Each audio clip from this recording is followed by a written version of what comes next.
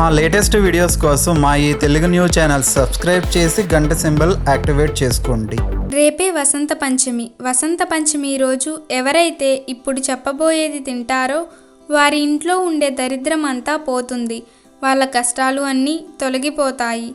వారు పట్టిందల్లా బంగారమే అవుతుంది. నలుదిశలా అదృష్టం పడుతుంది. మీరు ఏం చేసినా విజయాలే చూస్తారు.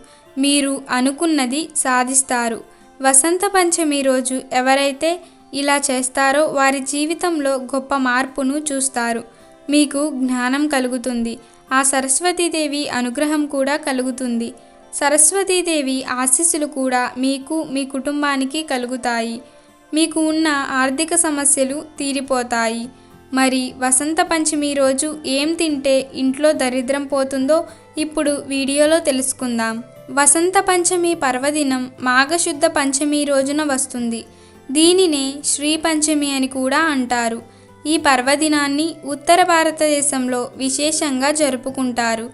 ఈ వసంత పంచమి లేదా శ్రీ పంచమి రోజున లక్ష్మీదేవిని, సరస్వతీదేవిని పూజిస్తే సర్వశుభాలు కలుగుతాయని మన సనాతన హిందూ ధర్మంలో ఉంది.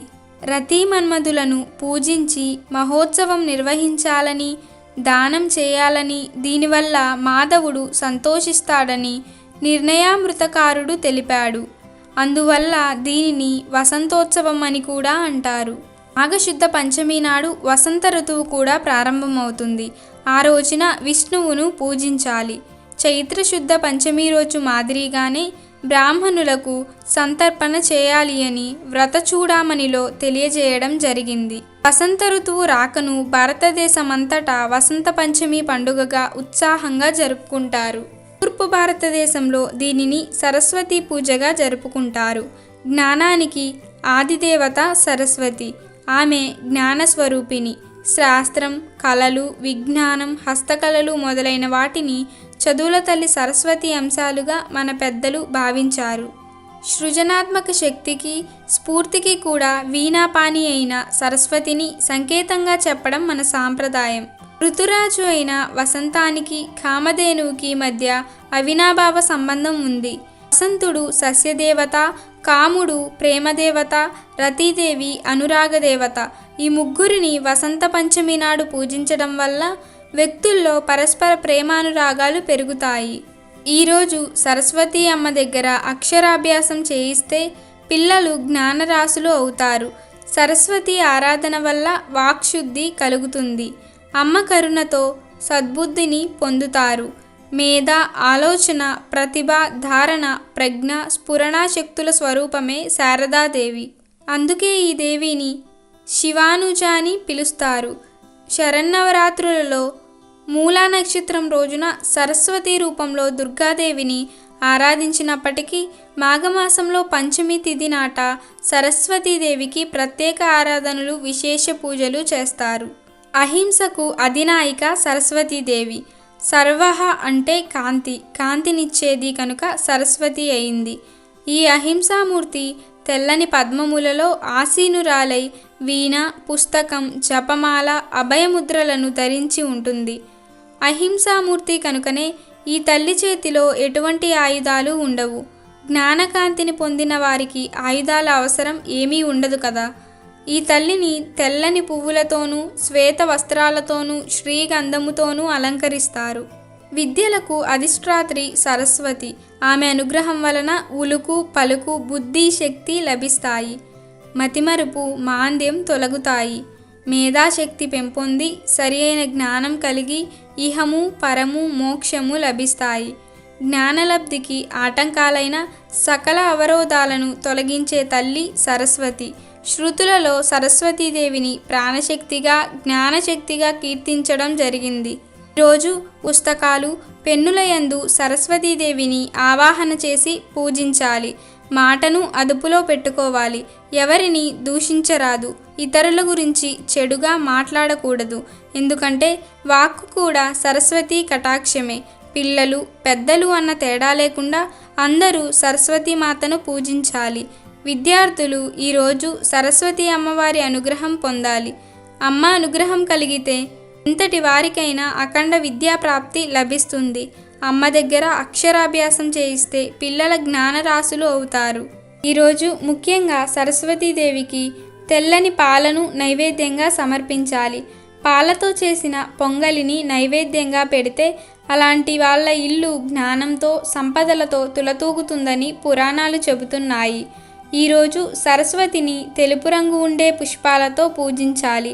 అంటే సన్నజాజి, మల్లె ఇలాంటి పుష్పాలతో అమ్మవారిని పూజిస్తే వారి ఇంట్లో జ్ఞానంతో పాటు సకల విద్యలు సకల సంపదలు వృద్ధి చెందుతాయని పురాణ వచనం. అదేవిధంగా ఈరోజు వేకువజామునే నిద్రలేచి సరస్వతీదేవిని పూజించి తెల్లని దుస్తులు ధరిస్తే ఎంతో శుభం కలుగుతుంది.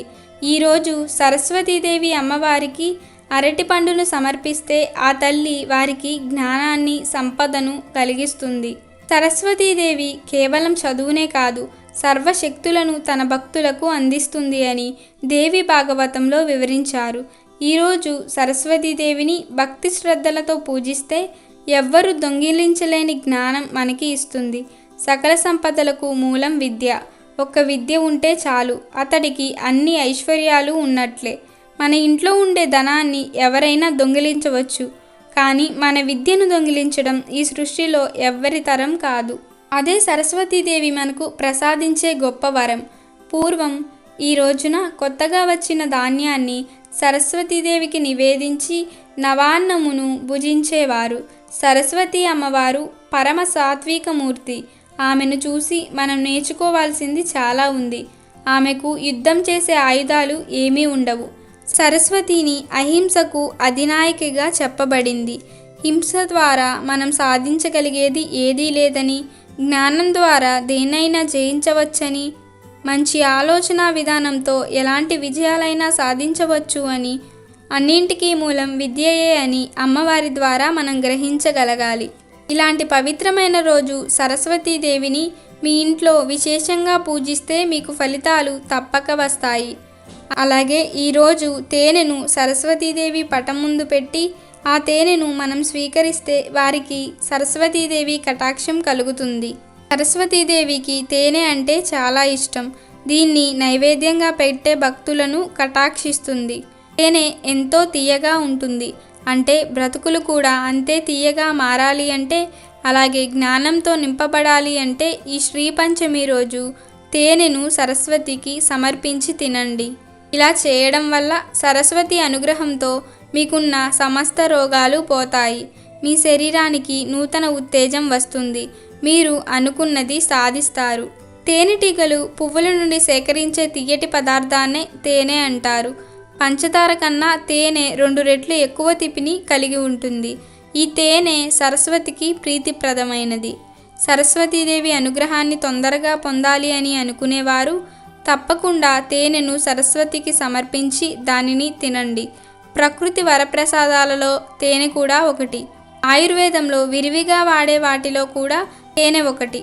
తేనె సంపూర్ణ పోషక పదార్థమని నిపుణులు చెబుతున్నారు. తిరుగులేని ఔషధ గుణాలు తేనెలో ఉన్నాయి. ఇది స్వచ్ఛమైంది కాబట్టి ఈ తేనెను సరస్వతి ఎంతో ఇష్టపడుతుంది. సరస్వతి పూజను చేసిన తర్వాత మాత్రమే తేనెను స్వీకరించాలి. ఈరోజు ఇలా తేనె స్వీకరించడం అనేది ఎంతో మంచిది. తేనె వల్ల ఉన్న ఉపయోగాలు చూసి చాలామంది ఆశ్చర్యపోతూ ఉంటారు. ఇంతటి శక్తి ఉన్న తేనెను శ్రీ పంచమి రోజు తింటే దరిద్రం పోయి అష్టైశ్వర్యాలు కలుగుతాయి. కాబట్టి మీరు కూడా శ్రీ పంచమి రోజున ఈ తేనెను తిని ఆరోగ్యంగా జీవించండి. సరస్వతి కటాక్షాన్ని పొందండి. అమెజాన్లో బెస్ట్ డిస్కౌంట్స్ కోసం వీడియో డిస్క్రిప్షన్లో లింకు ఉంది చూడండి.